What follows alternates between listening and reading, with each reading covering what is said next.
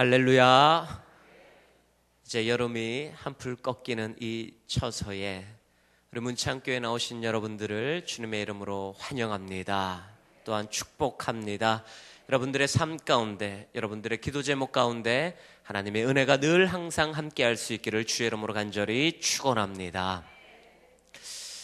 요즘 들어서 웰빙이라는 단어가 많이 거론이 되고 있습니다.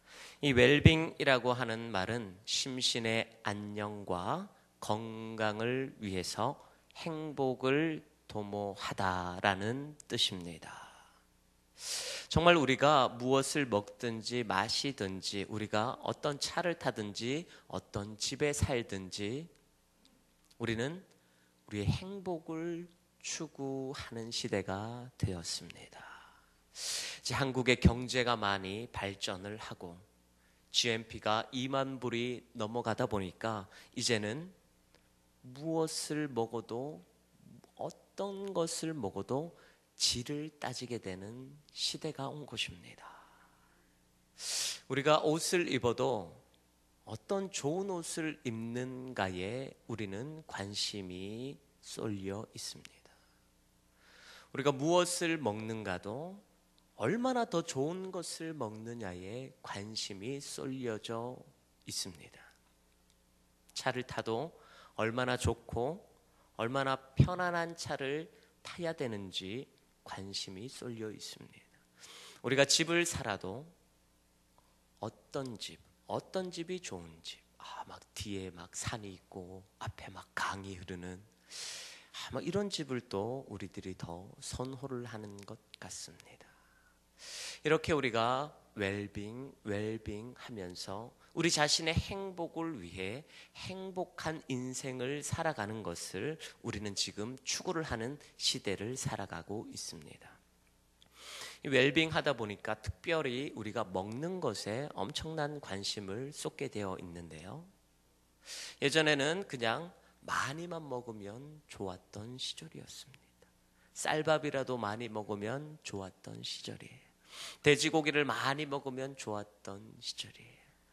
그냥 명절 한번 보낼 때 소고기 조금 먹는 게 행복이었어요. 그러나 지금은 15,000원 정도만 내면 고기를 마음껏 배불리 먹을 수 있는 그러한 시대가 되었습니다. 어떤 것을 먹느냐? 저농약, 친환경식품, 유기농, 이런 것들을 우리는 찾는 시대가 되었습니다. 저도 아내와 같이 장을 보러 가면 자꾸 아내가 두 가지를 사요. 두부를 사더라도 하나는 유기농 두부를 사고 하나는 일반 두부를 삽니다. 유기농 두부는 저희 아들 거예요. 저는 일반 두부를 먹습니다. 왜 이렇게 웰빙, 유기농, 저농약, 친환경. 여러분들은 어떻습니까? 여러분들의 삶 가운데는 웰빙이 있습니까? 여러분들의 삶 가운데 웰빙 식단이 있습니까? 여러분들이 지금 드시는 음식은 웰빙인가요? 저는 농사를 많이 지어봤습니다. 배추도 지어보고요. 나물도 이렇게 농사를 지어봤는데 그 농사를 짓다 보면 벌레가 그 배추를 갉아먹습니다. 그럼 그렇게 갉아먹은 배추는 상품성이 떨어져요. 가치가 떨어지기 때문에 그것을 누가 먹느냐? 제가 먹어요. 그리고 벌레가 하나도 먹지 않은 깨끗한 배추는 누가 먹느냐? 소비자들이 먹게 됩니다. 어머니, 저도 구멍 안 뚫린 배추 좀 먹게 해주세요 라고 이야기를 하면 어머니께서 구멍 뚫린 배추가, 벌레가 갉아먹은 배추가 몸에 더 좋다, 그냥 그렇게 말씀을 하시는 거예요. 그때는 제가 정말 그렇게 가치 없이 여겼던 벌레를 갉아먹었던 배추가 지금은요 친환경 식품이 되었어요. 전홍약 상품이 되었다라는 거예요. 약을 안 치니까 벌레가 와서 먹잖아요. 그래서 시중가보다 더 비싸게 팔려지고 있더라라는 거예요. 알고 보니까 제가 그렇게 가치 없이 여기면서 먹었던 배추가 지금은 모든 사람들이 선호하는 친환경 식품, 전홍약 상품이 되었다는 것입니다. 그런데 여기에 불편한 진실이 숨겨져 있습니다. 이렇게 친환경 상품이 인기를 끌다 보니까 다른 모든 농부들이 그렇다라고는 제가 말씀을 드리지 않고요. 제가 살았던 저희 동네에 몇 분들이 그러시더라고요. 어떻게 하냐면은 이 배추가 자라게 놔둬요. 그러면 이제 벌레가 와서 배추를 갉아먹지 않습니까? 그러면 배추가 엉성하게 이렇게 벌레가 갉아져 있는 그 상태에서 이제 농부들이 약을 쳐요. 그래서 더 이상 벌레가 생기지 않게 합니다. 그러나 그 배추는 점점 커가면 커갈수록 부피는 커지지만 중간중간에 벌레가 갉아먹은 흔적이 있어요. 이렇게 해서 무농약 제품으로 팔더라고요. 저와 여러분들만 아셔야 됩니다. 어디 가서 이렇게 다른 데는 말씀을 해주시지 않았으면 좋겠어요. 저희 집에 사과 농사도 엄청 많이 지었어요. 사과가 집에 얼마나 많이 있냐면 제가 걸어다니면서 발로 차고 다닐 정도로 집에 사과가 많이 있었습니다. 그런데 그 사과는요, 다 벌레 먹은 사과, 썩은 사과, 새들이 와서 파먹은 사과밖에 없었습니다. 제가 이 썩은 사과, 벌레 먹은 사과를 먹으면서 나도 저렇게 온전한 사과를 먹고 싶다. 어머니께, 어머니, 저도 이 새빨갛게 익은 벌레가 하나도 파먹지 않고 썩지 않은 사과를 먹고 싶어요. 했더니 어머니께서 썩은 사과가, 벌레 먹은 사과가 더 맛있는 사과다. 그냥 먹어라. 이러는 거예요.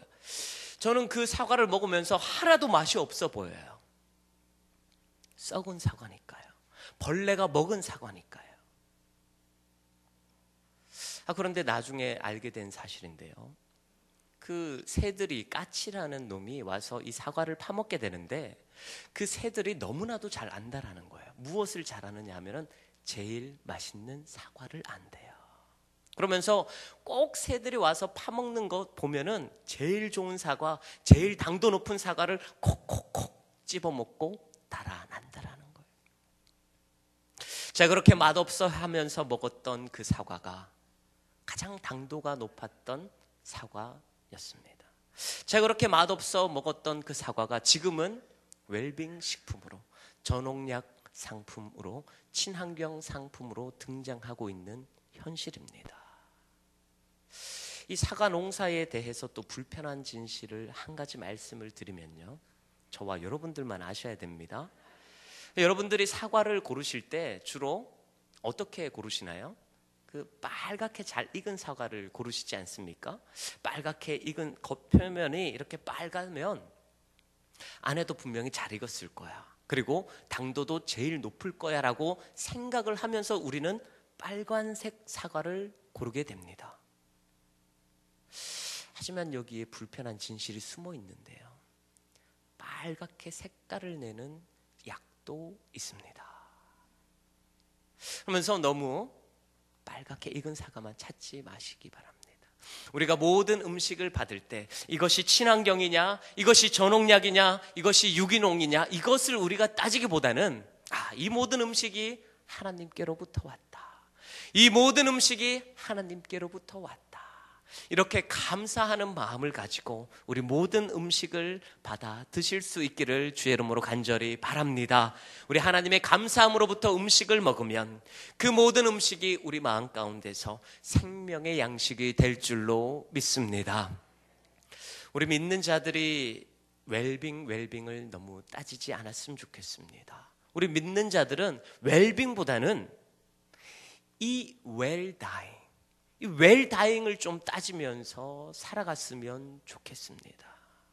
우리가 웰빙에서 이제는 우리는 웰다잉으로 우리의 관심사가 바뀌어져야 한다라는 거예요. 우리가 무엇을 먹느냐가 중요한 것이 아니라 우리가 무엇을 먹고 마시고 입고 어떤 차를 타고 어떤 좋은 집에서 잘 사는 것, 이것이 중요한 것이 아니라 내가 누구를 위해서 살아가는가, 내가 어떤 목적을 위해서 이 땅 가운데 살아가는가, 내가 이 땅을 살아가며 어떤 목적이 있는가, 내가 어떤 삶을 살아가다가 삶을 마무리할 것인가, 내가 죽을 때 어떻게 죽을 것인가, 이러한 것을 우리는 기억하며 살아가야 될 줄로 믿습니다. 많은 그리스도인들 가운데 정말 죽을 때 보면 평안한 모습을 볼 수 있습니다. 정말 하나님께서 천군 천사와 더불어 지금 나를 맞이하러 오는구나. 그러면서 얼굴 가운데 그렇게 평온할 수가 없어요. 하지만 간혹 가다가 믿는 사람들 가운데 죽음 앞에서 떠는 사람이 있어요. 죽음 앞에서 벌벌 떠는 사람이 있습니다. 오늘 성경 13절 말씀을 다 같이 한번 읽어보도록 하겠습니다. 형제들아, 자는 자들에 관하여는 너희가 알지 못함을 우리가 원하지 아니하노니 이는 소망 없는 다른 이와 같이 슬퍼하지 않게 하려 함이라. 아멘. 오늘 사도 바울은 데살로니가 교인들에게 이렇게 이야기합니다. 죽음 앞에서 떠는 자들, 죽음 앞에서 슬퍼하는 자들, 죽음 앞에서 무서워하는 자들, 이런 자들은 어떤 자들이냐? 소망이 없는 자다. 소망이 없는 자다라고 말씀을 합니다. 어떤 소망이 없는 자입니까? 바로 부활에 대한 소망이 없는 자입니다. 부활에 대한 소망이 없는 자는 죽음 앞에서 덜덜 떱니다. 부활에 대한 소망이 없는 자는 죽음을 무서워해요. 죽기 두려워합니다. 하지만 이 부활 가운데 소망이 있는 자들은 예수 그리스도께서 이 땅 가운데 오시고 나를 위하여 죽으시고 3일 만에 다시 부활하셔서 하나님 우편에 앉아 계시면서 지금도 내가 죽으면 내가 마지막 날에 부활할 것이라는 믿는 그러한 믿음, 이러한 믿음이 있는 자들은 부활의 소망이 있는 자들이요 죽음 가운데서도 떨지 않는 자들인 줄로 믿습니다. 사랑하는 우리 문창에 귀한 성도님들께서 이 부활에 대한 소망을 간직하며 살아갈 수 있기를 주의 이름으로 간절히 바랍니다. 오늘 성경 15절, 16절 말씀을 다 같이 읽어보도록 하겠습니다. 우리가 주의 말씀으로 너희에게 이것을 말하노니 주께서 강림하실 때까지 우리가 살아있는 자도 자는 자보다 결코 앞서지 못하리라. 주께서 호령과 천사장의 소리와 하나님의 나팔 소리로 친히 하늘로부터 강림하시리니 그리스도 안에서 죽은 자들이 먼저 일어나고. 아멘. 오늘 성경 가운데 예수 그리스도께서 이 땅 가운데 재림하십니다. 그리고 그 재림하실 때 죽은 자들이 먼저 일어난다고 말합니다. 죽은 자들이 먼저 일어나서 공중으로 끌려 올라가게 되는데 그 공중에서 하나님과 더불어 영원히 산다고 성경은 기록하고 있습니다. 여기에서 죽은 자들이 먼저 일어난다. 죽은 자들이 먼저 일어난다. 이것이 무엇입니까? 바로 부활입니다. 우리가 죽어서 우리의 육신은 흙으로 돌아갑니다.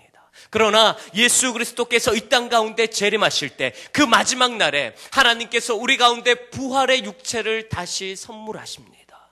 그러면 우리가 그 부활의 육체와 우리의 영혼이 하나가 되어서 공중으로 끌려 올라가게 되는데 그 공중에서 하나님을 만납니다. 그 공중에서 우리는 이제 주와 함께 영원히 산다고 성경은 기록하고 있습니다. 이것이 부활입니다. 이것이 부활이에요. 이러한 믿음을, 이러한 신앙을 소유할 수 있기를 주의 이름으로 간절히 바랍니다. 예수 그리스도께서 3일 만에 다시 부활하셨어요. 예수 그리스도께서 부활하셨기 때문에 우리들도 다시 부활할 수 있는 줄로 믿으시기를 바랍니다. 예수 그리스도께서 죽음의 모든 공포를 안으시고, 예수 그리스도께서 죽음의 모든 고통을 안으시고 죽으시고 다시 부활하셨습니다. 우리가 이 사실을 믿을 때 우리도 죽음의 공포 가운데서 이길 수 있고, 우리도 마지막 날에 부활하는 줄로 믿습니다. 우리도 마지막 날에 부활하여서 주와 함께 영원히 살게 될 줄로 믿습니다. 9988234라는 숫자가 있습니다. 이 숫자가 무슨 뜻이냐? 99세까지 팔팔하게 살다가 2, 3일 앓다가 죽자라는 내용입니다. 근데 이것이 오늘 세상이 많이 바뀌다 보니까 업그레이드가 되었습니다. 어떻게 업그레이드가 되었느냐? 9988231. 이것은 무엇이냐? 99세까지 팔팔하게 살다가 2, 3일 앓고 다시 일어나자라는 겁니다. 다시 일어나자라는 거예요. 죽기는 싫으신가 봅니다. 우리 믿는 그리스도인들은 어떠한 삶을 살아야 되느냐? 우리 믿는 그리스도인들은 9988230. 눈치채셨죠? 아시겠죠? 99세까지 팔팔하게 살다가 2, 3일 앓다가 주님과 더불어 영원히 사는 것이, 이것이 바로 그리스도인들의 삶인 줄로 믿으시기를 바랍니다. 이것이 바로 그리스도인들의 삶이에요. 99세까지 팔팔하게 살다가 하나님과 더불어, 우리가 죽었을 때 하나님과 더불어 영원히 사는 것, 이것이 바로 그리스도인입니다. 이것이 바로 부활신앙이에요. 이것이 바로 참된 부활의 믿음인 줄로 믿으시기를 바랍니다. 이러한 부활신앙을 소유할 수 있기를 주의 이름으로 간절히 바랍니다. 우리가 참된 부활신앙을 얻기 위해서, 우리가 well dying 하기 위해서 우리가 성경 가운데 살펴보아야 할 인물이 있습니다. 그 인물의 이름은 바로 아브라함입니다. 하나님께서 갈대야 우르에서 아브라함을 부르십니다. 그리고 내가 내게 지시할 땅으로 가라 말씀합니다. 아브라함은 그 땅이 가나안 땅인지 알지 못했어요. 하지만 하나님께 날마다 기도하면서 나아가니까 그 땅이 가나안 땅이 된 것입니다. 그 가나안 땅에서 하나님께서 아브라함에게 무엇을 약속하시느냐? 아들을 약속하십니다. 그 아들을 약속하셨는데 1년이 되어도 주시질 않아요. 10년이 되어도 주시질 않아요. 25년이라는 세월을 기다려서 아브라함은 드디어 아들을 맞이하게 됩니다. 25년이나 기다려서 아브라함은 드디어 사랑하는 아들 이삭을 품에 안아보게 됩니다. 이제 이삭이 어느 정도 걸음마를 띄고 어느 정도 이제 자랐어요. 하나님께서 아브라함에게 말씀하십니다. 내 사랑하는 아들 독자 이삭을 바쳐라. 그렇게 아브라함에게 말했을 때 아브라함의 마음은 어땠을까요? 아브라함의 마음이 어땠을까요? 자기가 정말 25년 동안이나 기다리면서 정말 눈에 넣어도 안 아플 그 아들 이삭을 하나님께서 지금 바치라고 하는 거예요. 너무나도 속상했을 것입니다. 아니, 하나님 명령에 순종하기 싫었을 겁니다. 아들 이삭을 데리고 도망가고 싶었을 겁니다. 그러나 오늘 창세기 23장 가운데 말씀을 보면 아브라함이 아침에 일찍이 일어나 나귀의 안장을 지우고 모리아 산으로 떠났다라고 성경은 기록하고 있습니다. 이것이 무엇입니까? 아브라함 가운데 근심과 걱정이 있었다면, 아브라함 가운데 정말 속타는 마음이 있었다면 어떡하지? 이 사태를 어떡하지? 밤새도록 잠을 설쳤을 거예요. 그러나 오늘 이상하게도 아브라함은 어떤 믿음을 가지고 있었는지 푹 자고 아침 일찍이 일어나 길을 떠났다라고 성경은 말합니다. 그리고 우리가 잘 아시다시피 니느웨의 멸망을 선포하라고 하나님께서 요나에게 말씀합니다. 하지만 요나는 그 명령을 받아들이기 싫어서 다시스로 도망하게 돼요. 그러나 오늘 아브라함에게는 어떠한 믿음이 있었는지 3일길이나 걸리는 그 모리아 산으로 향해서 곧장 나아갔습니다. 다른 어떤 길로 빠지지도 않고 다른 어떤 길로 도망가지도 않고 모리아 산으로 향했습니다. 그리고 그 모리아 산에 도착해서 이제 2명의 종을 남겨두고 이삭과 함께 예배를 하러 올라갑니다. 올라가면서 아브라함이 종들에게 이렇게 이야기를 합니다. 우리가 하나님께로 올라가서 예배를 드리고 우리가 다시 너희에게로 내려오리라. 오늘 아브라함은 자기의 자녀 이삭을 바쳐야 하는 상황 가운데 있습니다. 그 이삭을 바치러 모리아 산으로 올라가는데 올라갈 때는 2명이고 이삭이 죽으면 1명이 내려와야 되는데 우리가 다시 내려올 것이다 라고 아브라함은 신앙으로 고백을 합니다. 이것이 무엇입니까? 이것이 아브라함이 가졌던 부활 신앙입니다. 이것이 아브라함이 가졌던 믿음이에요. 어떠한 믿음이냐? 하나님께서 내 사랑하는 독자 이삭을 내가 죽일지언정 하나님께서 그 이삭을 다시 살려주실 것이다 라는 그러한 믿음, 그러한 부활 신앙을 오늘 아브라함은 마음 가운데 있었던 것입니다. 그 부활 신앙이 아브라함을 이끌고 가니까 잠을 설칠 필요도 없어요. 아침에 일찍이 일어나 모리아 산으로 향하게 됩니다. 그리고 그의 종들에게 이렇게 고백할 수 있습니다. 우리가 다시 내려올 것이다. 이러한 아브라함의 부활신앙, 이러한 아브라함의 믿음을 여러분들도 소유할 수 있기를 주의 이름으로 간절히 축원합니다. 이러한 아브라함의 믿음을 우리가 소유해야 돼요. 이러한 아브라함의 믿음이 우리가 있을 때 우리가 이 세상을 살아나갈 때 이 세상이 우리를 감당치 못할 것이요 우리가 이 세상을 능히 이겨나갈 수 있으리라 믿습니다. 이러한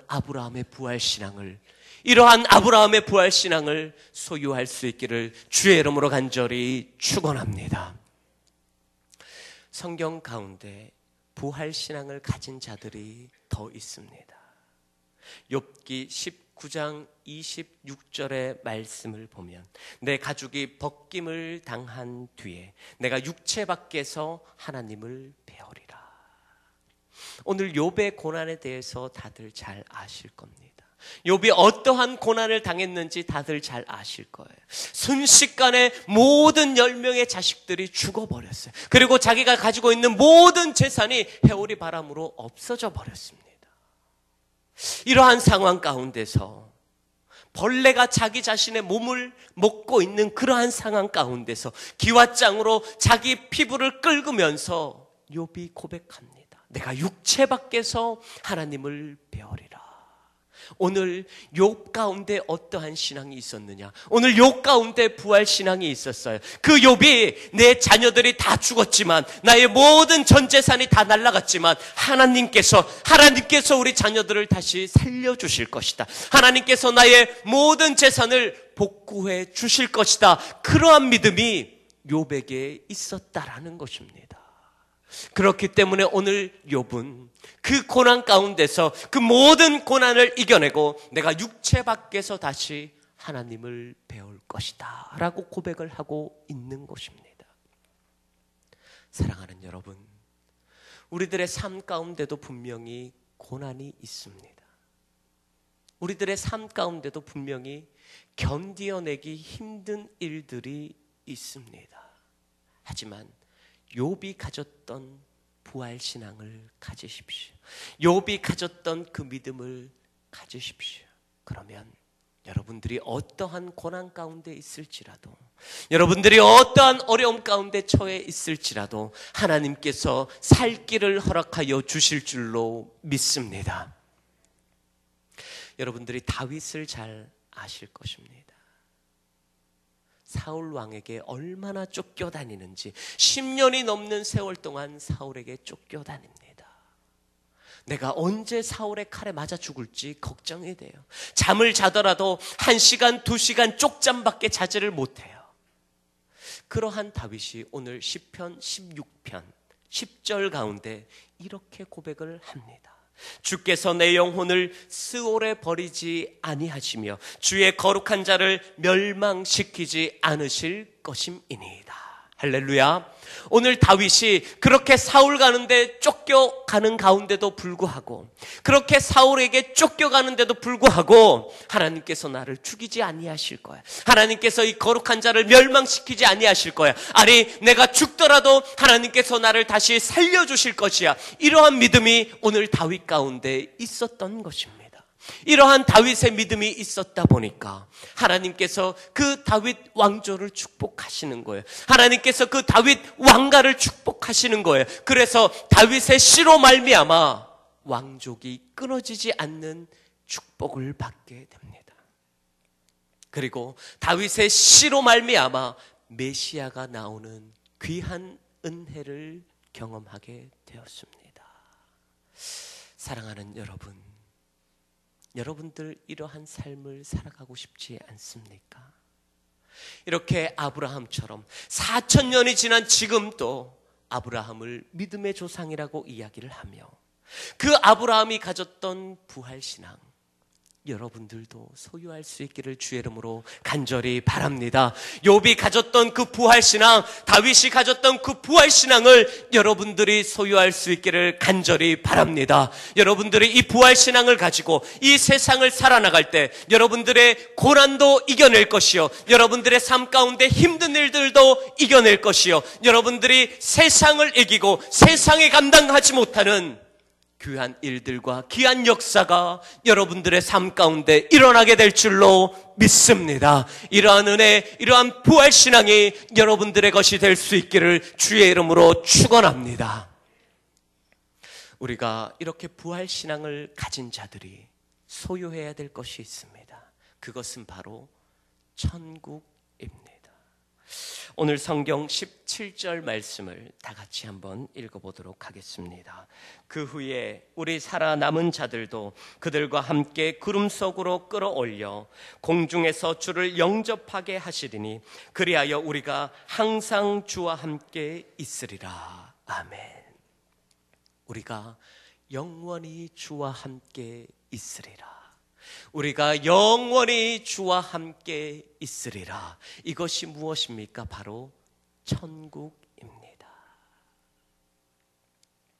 왜 사도 바울이 이러한 말로 서로 위로하라고 합니까? 데살로니가 교인들은 이렇게 생각을 했습니다.